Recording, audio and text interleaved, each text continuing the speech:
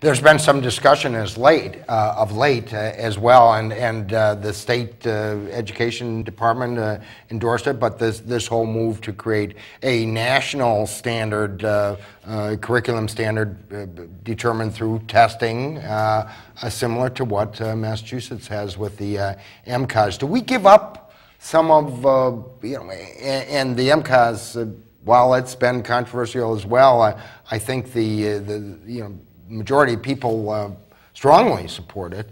And are we giving up anything if we were to go over to a national standard? What do you think we should do in that? Well, there's really two issues. One is, what are the educational standards for English and math? And then the second question is, how do you determine whether students meet those standards? And that's where the MCAS comes in. The national standards and the MCAS are two different issues, obviously related, but we can adopt the national standards, which we've now done. Without giving up? Without giving out the MCAS exam. You've got to tweak the exam so that it makes sense vis-a-vis the national standards. But just because we've adopted the national standards doesn't mean that we give up the MCAS test. We're part of a national consortium that is beginning to look at developing a new test. But that's years and years and years away, and it may never happen. But the other thing to keep in mind is these national standards are only English and math. We have standards for science and history and a whole host of other topics, and so MCAS will always be available for those subjects as well. So no one is saying giving up appropriate assessment tests for students. So we need to have high standards, but we also need to have rigorous evaluation of students to make sure they meet those high standards. Well, and the other issue that, of course, has had great currency is the whole issue of bullying, with the suicides of two students just within the past year. Is always a controversial topic, but this has really added fuel to the fire, and I know you've been working on that, and it's the same kind of thing. It's a lot of people on both sides, not that somebody favors bullying, but how you define it, what the punishment is, what you look for, what school officials can or cannot do, and so on and so forth. What's your latest take on that? There was a bill passed. Did it go far enough? Did it go too far? Well, since I wrote it, I think it did just fine. I don't think it went too far. It's the most comprehensive anti-bullying law now in the country. It includes, for example, all the private and parochial schools, and as far as I know, we're the only state in the country to do that. And it also requires anti-bullying curriculum for all students in every grade. Obviously, the curriculum is going to be different from kindergarten to 5th grade to 12th grade. But we also make all of the adults in schools be mandatory reporters of bullying, so that if they see it or they become aware of it, they are now required to report it to the principal or whoever is in charge of the school. So what we're trying to do is stop it when it occurs, but more profoundly to change the culture of schools so that it stops occurring in the first place.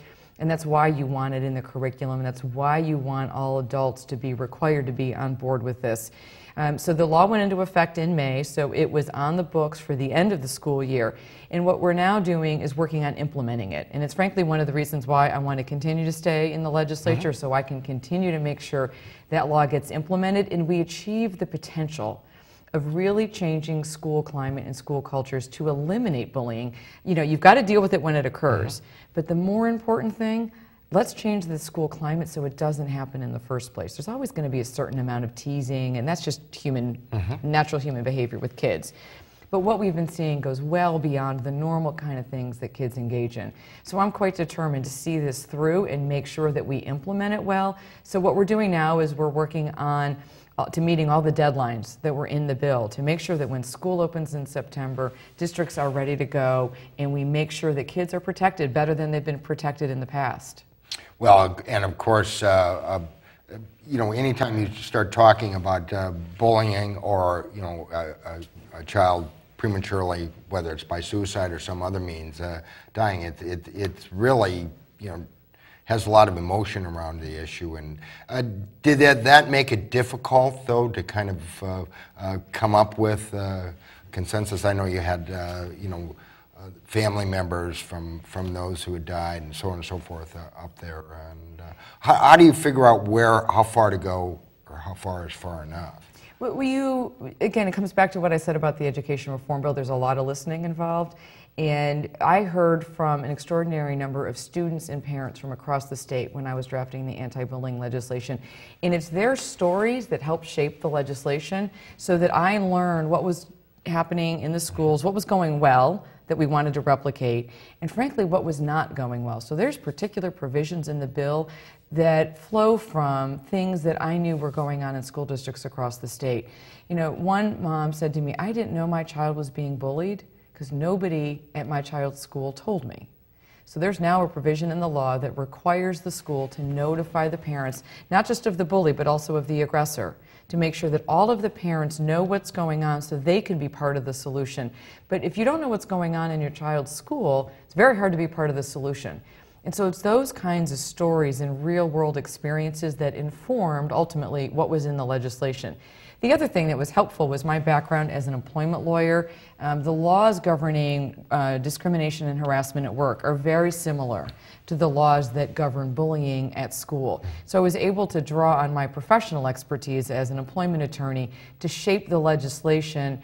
I read many court decisions as well as I was drafting the law to make sure that we did the anti-bullying law within the structure of the Constitution.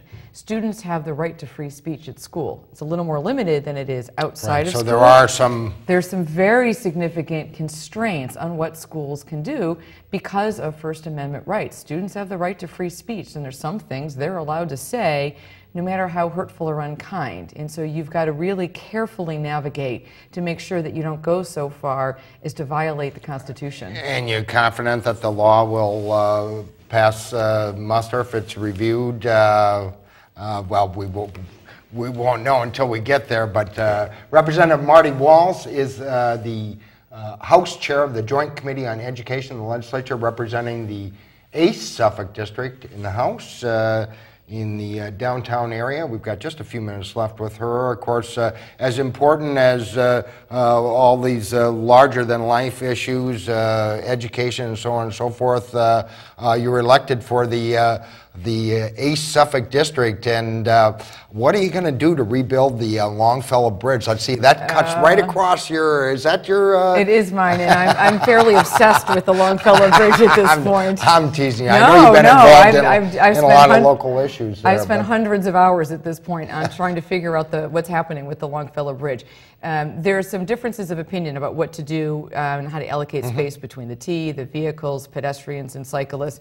And so the highway administrator, Louisa Paywansky, has appointed a task force to try to work out the differences and see if a consensus can emerge. And so I've been going to those task force meetings. So far, so good. We've had 4 3-hour meetings so far. So we're meeting every other week for 3 hours. I know there's plenty of people in your district that love to go to meetings. And I've been going to a lot of them on the Longfellow Bridge. And, you know, hopefully we will come up with something that we can all be satisfied with, and that pedestrians can get across the bridge safely, the cyclists get a little more space, there's enough room for vehicles and enough room for the T.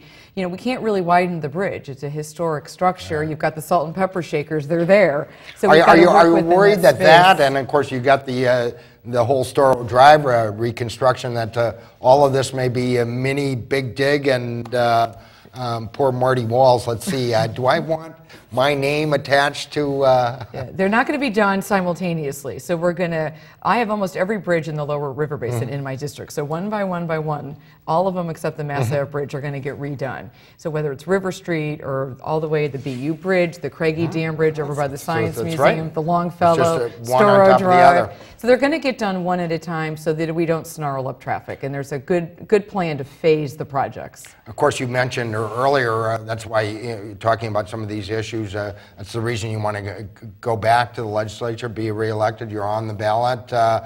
You do have an opponent in the general election, but this has been historically, I think it's safe to say, one of the most liberal, progressive districts in the state.